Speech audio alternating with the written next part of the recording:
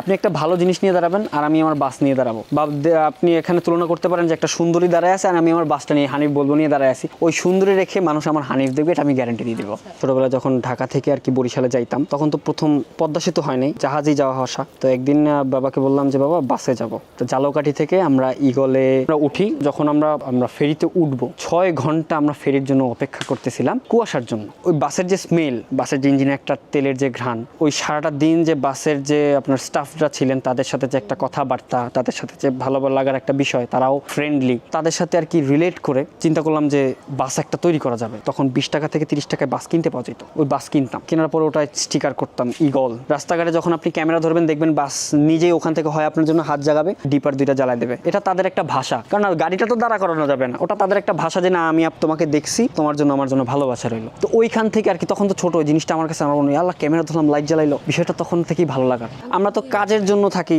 ঢাকার ভিতরে, যারা ঢাকার বাইরে যাচ্ছে বছরে 2 বার অন্তত যাওয়া হচ্ছে ঈদে না হচ্ছে কোরবানিতে, তারা কিন্তু যাচ্ছেন বাসেই, বা যারা একটু জাহাজে যাচ্ছেন তারা কিন্তু যাচ্ছেন জাহাজেই। ঠিক সেম জিনিসটাকে আপনি যখন জাহাজে যাচ্ছেন আসতেছেন, ওখান থেকে আপনার কিন্তু একটা স্মৃতি বা আবেগ তৈরি হচ্ছে। ভিড় তো হবেই। আমি যখন জাহাজ চালাইছি গতবার এই চলতির শুটিংয়েই মনে হয় ভিড় লেগেছিল মানুষ। জাহাজ চালালে বেশি ভিড় হয়, কারণ নদীর পাড়ে মানুষজন দেখার সুযোগটা বেশি পায়। আর বাস তো বেশি হচ্ছে না, বাস তো রাস্তায় রাস্তায় চালাচ্ছি। ফ্যামিলি থেকে তারা বলতেছে যে ভালো একটা চাকরি পেলে চাকরি কর। আমার বাবা একজন পুলিশের এসআই ছিলেন, উনি মারা গেছেন হচ্ছে আজ প্রায় 5-7 বছর। তো সবাই বলছে তুই যেহেতু সরকারি একটা ফ্যামিলি থেকে বিলং করতেছিস, সরকারি জব বলা, তুই সরকারি চাকরি দেখ। তো আমি আমার বাবাকে দেখছি দূরে বসে পচতে। সরকারি যারা লোক আছে তারা টাকা ইনকাম করে ঠিক আছে, কিন্তু ফ্যামিলির সাথে যে সময়টুকু তারা দিতে পারে না। ইভেন আমি আমার বাবা মারা গেছে সর্বোচ্চ আমি 2 থেকে 3 ঘন্টা কাঁদছি। ওই যে মায়াটুকু তখন আমার তার প্রতি হয় নাই, কারণ আমার বাবাকে দেখছি আমি অল্প টাইম, 4-5 মাস পরে তাকে 10-12 দিনের জন্য পাইতাম, তারপর আবার উনি ওনার ডিউটিতে। ওই থেকে সরকারি চাকরির প্রতি ঘৃণা শুরু। ইন টোটালি বলে দিলাম, আমি কখনো বলি না ইন্টারভিউতে। শেষ সময় আমার বাবার সাথে আমি কথাই বলতে পারলাম, তাই আমি টাকা দিয়ে কি করব।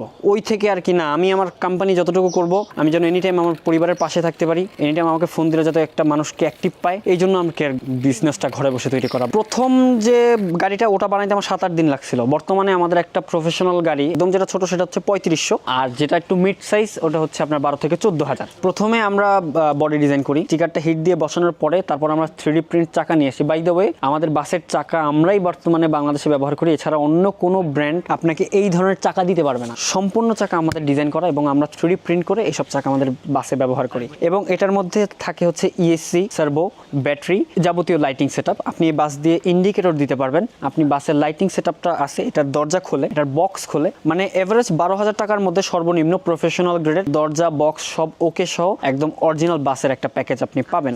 আমি মেরিন ইঞ্জিনিয়ার হয়েও যে এইসব কাজ করতে আমার কোনো প্রকার আফসোস নাই, উল্টো আমি খুশি যে আমি ঘরকে সময় দিতে পারতেছি এবং নিজের একটা প্রতিষ্ঠান, নিজের একটা স্বাধীনতা আছে, এটা নিজের কাছে একটা ভালো লাগার বিষয়। আপনারা যদি যে কোনো মডেল ধরেন, আপনার হানিফ ভালো লাগে বা আপনি একজন বাস লাভার, আপনি বাসের সাথে নিজেকে রিলেট করতে পারেন, বা বাসের সাথে আপনার অনেকগুলো স্মৃতি জড়িত। আপনি ছোটবেলায় যাচ্ছেন আসতেছেন, বাসের সাথে আপনি দেখা করতেই হবে বা যার মানুষের সাথে দেখা করতেই হবে। তো ওই অনুযায়ী অনেকে চেষ্টা করে যে এই জিনিসগুলো যদি আমার অফিসের ডেকে বা পরিবহন সেক্টরে যারা আছে ওই ডেস্কের উপরে তারা রাখতে চায়, তাদেরকে আমি হেল্প করি এবং তাদের যে শখটা, তাদের যে চিন্তাধারা, তারা যদি সম্পূর্ণ প্রকাশ করতে পারে আমার কাছে, আমি আপনার চিন্তাধারাকে আউটপুট দিয়ে একটা মডেল বা একটা মিনিয়েচার মডেল তৈরি করে দিতে পারবো। ক্রেতা যারা নিচ্ছে তারা হয় বাস লাভার, হয় জাহাজ লাভার, নাহলে একজন ইঞ্জিনিয়ার। যারা মেকানিক্যাল থিঙ্কিং পছন্দ করে বা যারা ঘুমাইতে গেলেও মাথার মধ্যে নাট বল্টু করে, সোজা কথা বলে দিলাম, তো ঠিক তারাই আমাদের প্রোডাক্টগুলো নেয়। সাধারণ টয় যেরকম মেনটেন্যান্স ফ্রি, আপনি মেনটেন্যান্স না করলেও চলবে, তবে এইসব বড় বড় জিনিস আপনার মেনটেন্যান্স করতে হবে। একটা বড় গাড়ি যেভাবে আপনি রাখেন ঠিক এই গাড়ি আপনার ওভাবে রাখতে হবে, এটাকে ধুয়ে মুছে রাখতে হবে।